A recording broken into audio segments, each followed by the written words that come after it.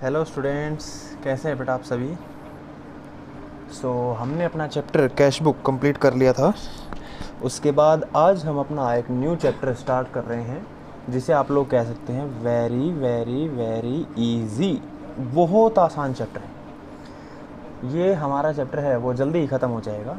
इसमें बस थोड़ा सा थ्योरी पोर्शन है, उसके बाद न्यूमेरिकल पोर्शन है।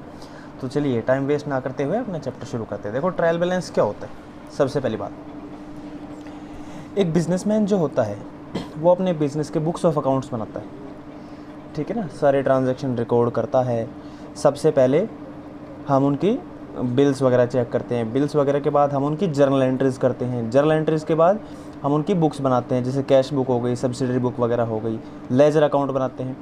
लेजर अकाउंट बनाने के बाद हम ये चेक करते हैं या फिर हम ये चेक करना चाहते हैं कि जो हमने काम किया है वो कैलकुलेशंस के अकॉर्डिंग, वो मैथमेटिकली, वो अर्थमेटिकली क्या सही है या नहीं।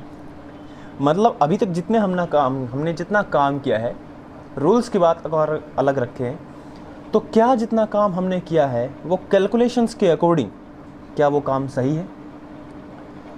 इसके लिए हम एक ट्रायल बैलेंस को प्रिपेयर करते हैं। देखिए, डेफिनेशन क्या है। Trial balance is a statement. सबसे बड़ी बात, स्टेटमेंट है, अकाउंट नहीं है। अकाउंट नहीं है। अकाउंट और स्टेटमेंट में क्या डिफरेंस होता है। अकाउंट में टू साइड होती है, डेबिट और क्रेडिट। स्टेटमेंट में कोई टू साइड्स नहीं होती। Prepared with debit and credit balance, आपको बैलेंस गिवन मिलेंगे, ठीक है ना। किसके, लेजर अकाउंट के बैलेंस गिवन मिलेंगे क्वेश्चन में। किस लिए बनाते हैं, टू टेस्ट द, आप ये टेस्ट करना चाहते हैं, आप ये चेक करना चाहते हैं क्या, अर्थमेटिकल एक्यूरेसी। अर्थमेटिकल होता है बेटा कैलकुलेशन में अमाउंट्स की। आपने जो अमाउंट्स लिखी हैं क्या वो सही है या नहीं। अगर आपने इतना सारा काम करने के बाद ये चेक कर लिया कि क्या आपने जो कैलकुलेशंस की है वो सही है नहीं, और अगर वो कैलकुलेशन सही हो जाती है तो मतलब आप सेटिस्फाइड हो जाते हैं कि जो काम हमने किया है वो काम बिल्कुल सही है। मीनिंग की ज़रूरत नहीं है, डेफिनेशन की ज़रूरत नहीं है, फीचर्स पर आ जाइए।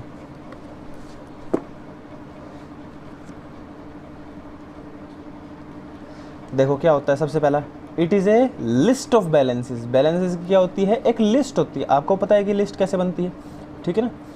It is just a statement, एक स्टेटमेंट होती है, अकाउंट नहीं होता है। स्टेटमेंट मतलब जिसमें कोई साइड नहीं होती। It is neither a part of double entry system, double entry system का पार्ट नहीं है। Nor does it appear in the actual books, ना तो ये डबल एंट्री सिस्टम का पार्ट है, ना ही हम इसको बुक्स में शो करते हैं। It is just a working paper. ये बात समझने लायक है। ये एक वर्किंग पेपर है जो हम बना रहे हैं। क्यों, हम ये चेक करना चाहते हैं कि जो काम अभी तक हमने किया है क्या वो अर्थमेटिकली, क्या वो कैलकुलेशन वाइज सही है या नहीं। आगे पढ़िए। It can be prepared at any time during the accounting period. साल के दौरान आप कभी भी प्रिपेयर कर सकते हो, कभी भी, ठीक है ना।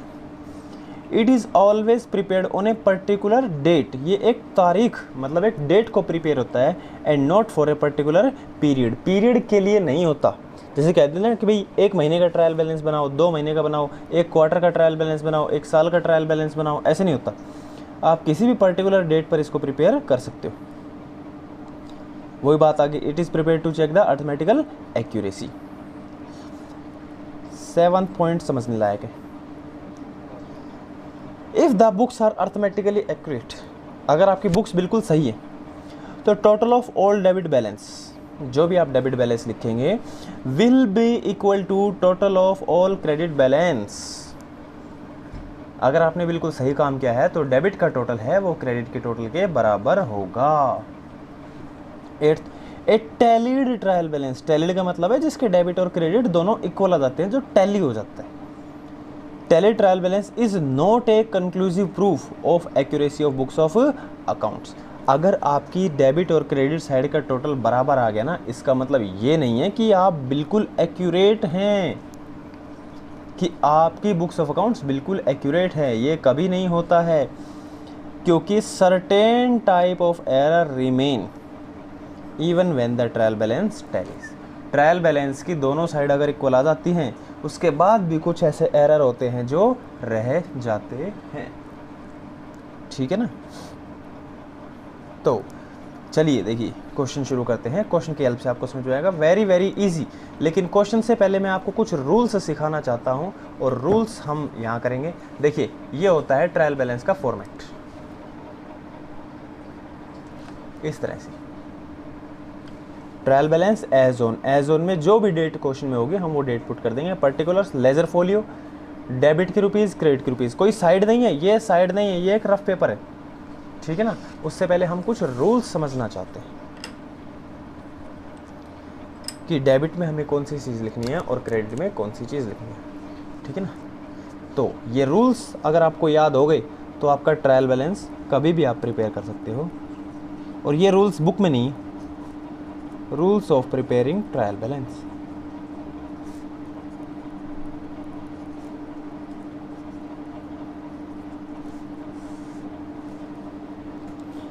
नंबर फर्स्ट,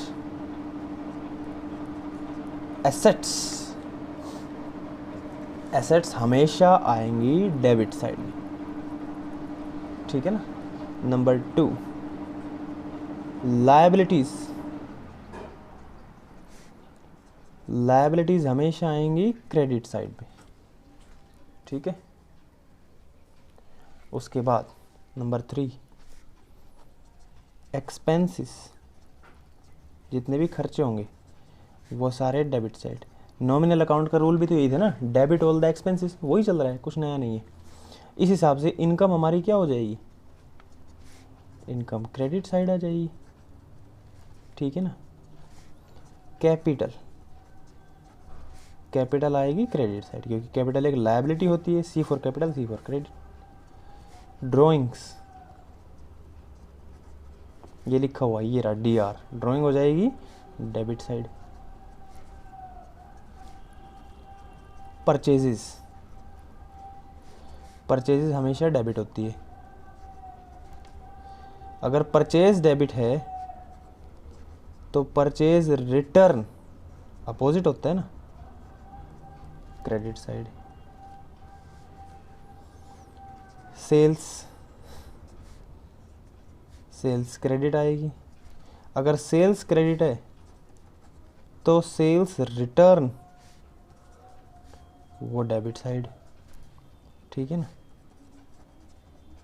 डेटर्स लिखा हुआ है, डेटर्स डेबिट साइड, देखने से ही पता चल रहा है। क्रेडिटर्स क्रेडिट साइड, ठीक है ना। ये कुछ नॉर्मल से रूल्स हैं जो हम यूज़ करेंगे while the preparation of trial balance, ठीक है ना। तो चलिए क्वेश्चन शुरू करते हैं। इलस्ट्रेशन नंबर 2 हम शुरू कर रहे हैं।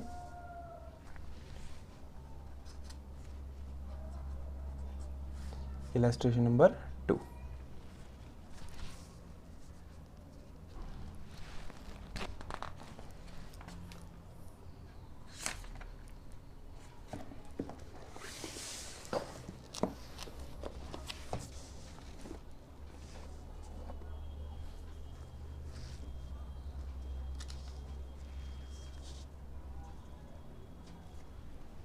ठीक है। देखो, prepare a trial balance from the following balances. Balances किसके हैं, of Shri Keshav Chand Gopal Chand as at, date इन्होंने दे दी 31 मार्च 2018। ये डेट हमने यहाँ पर लिख दी, ठीक है। शुरू करते हैं। सबसे पहले क्या है, ओपनिंग स्टॉक। स्टॉक हमारी एसेट होती है, लायबिलिटी होती है। स्टॉक हमारी एसेट होती है, तो हम लिखेंगे ओपनिंग स्टॉक। एसेट है, डेबिट साइड में हम लिख देंगे 20,000, बस ये करना है।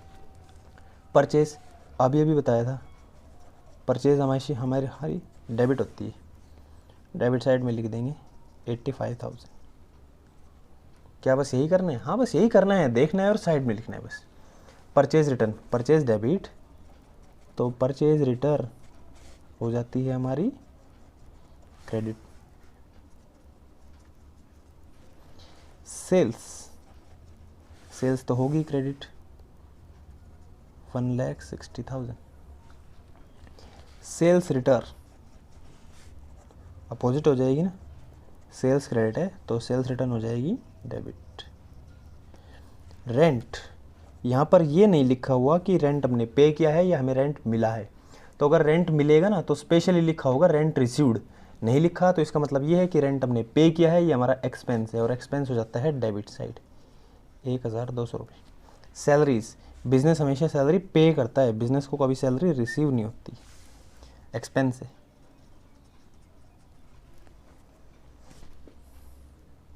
एडवर्टाइजमेंट, बिजनेस एडवर्टाइजमेंट पर एक्सपेंस करता है।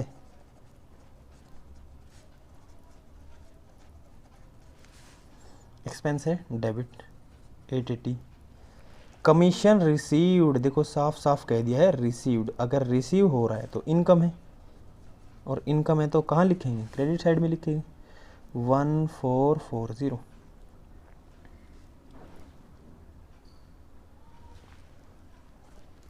डिस्काउंट क्रेडिट, इन्होंने बता ही दिया कि ये तो क्रेडिट साइड का है, ठीक है ना, तो क्रेडिट साइड लिख दो, 710।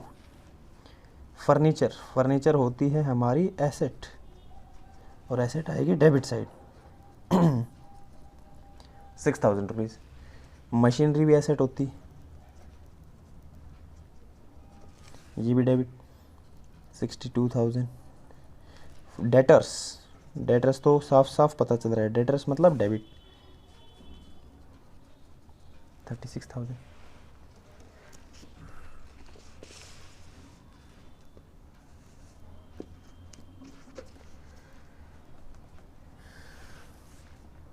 इसके बाद क्रेडिटर्स हो जाएंगे credit, 12,750। Bills receivable, bills receivable मतलब बिल के रुपए आपको रिसीव होंगे, ये आपके रुपए हैं, आपको रिसीव होंगे, रिसीव होंगे तो ये हमारी बन जाएगी एसेट, इसको हम कर देंगे डेबिट, 4600। बिल्स रिसीवेबल डेटर्स के जैसे होते हैं, बिल्स पेएबल क्रेडिटर्स के जैसे होते हैं, इनके रुपए आपको पे करने बाकी, ये हमारी लायबिलिटी है, इसको क्रेडिट साइड लिख देंगे, 2500 रुपये। Cash in hand,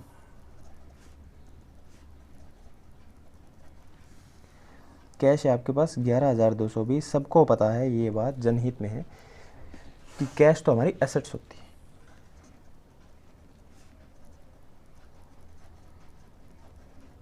bank overdraft, आपने बैंक से जो रुपए लिए हुए वो नेगेटिव में है, लायबिलिटी होती है, वापस लौटाने पड़ेंगे, 10,000 रुपये credit side.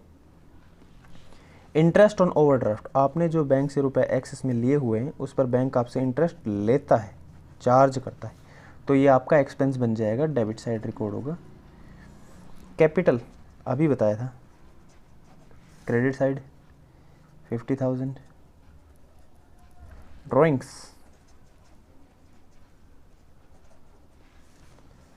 Drawings debit side 7,800। Input CGST, input SGST। Input का मतलब क्या होता है, इनपुट का मतलब है आपने परचेज किया है, और परचेज करते हैं ना तो रुपए पे करते हैं, और उसके साथ ही आपने GST पे किया होगा, तो GST ये आपने पे किया है, ये तो ये आपका एक्सपेंस हुआ है। एक्सपेंस मतलब हमें इसे डेबिट साइड लिखना पड़ेगा, इनपुट CGST और input SGST, 5,000 5,000। Output CGST, output SGST। Output का मतलब क्या होता है, आपने सेल की है, आपने गुड्स को बेचा है, गुड्स को बेचा है तो रुपए रिसीव हो गए, इनकम होगी, इनकम होगी credit side. Output CGST, output SGST, income है क्रेडिट साइड, 8,000 8,000। अब क्या करना है, कुछ भी नहीं करना है, बस इसका टोटल कर दो।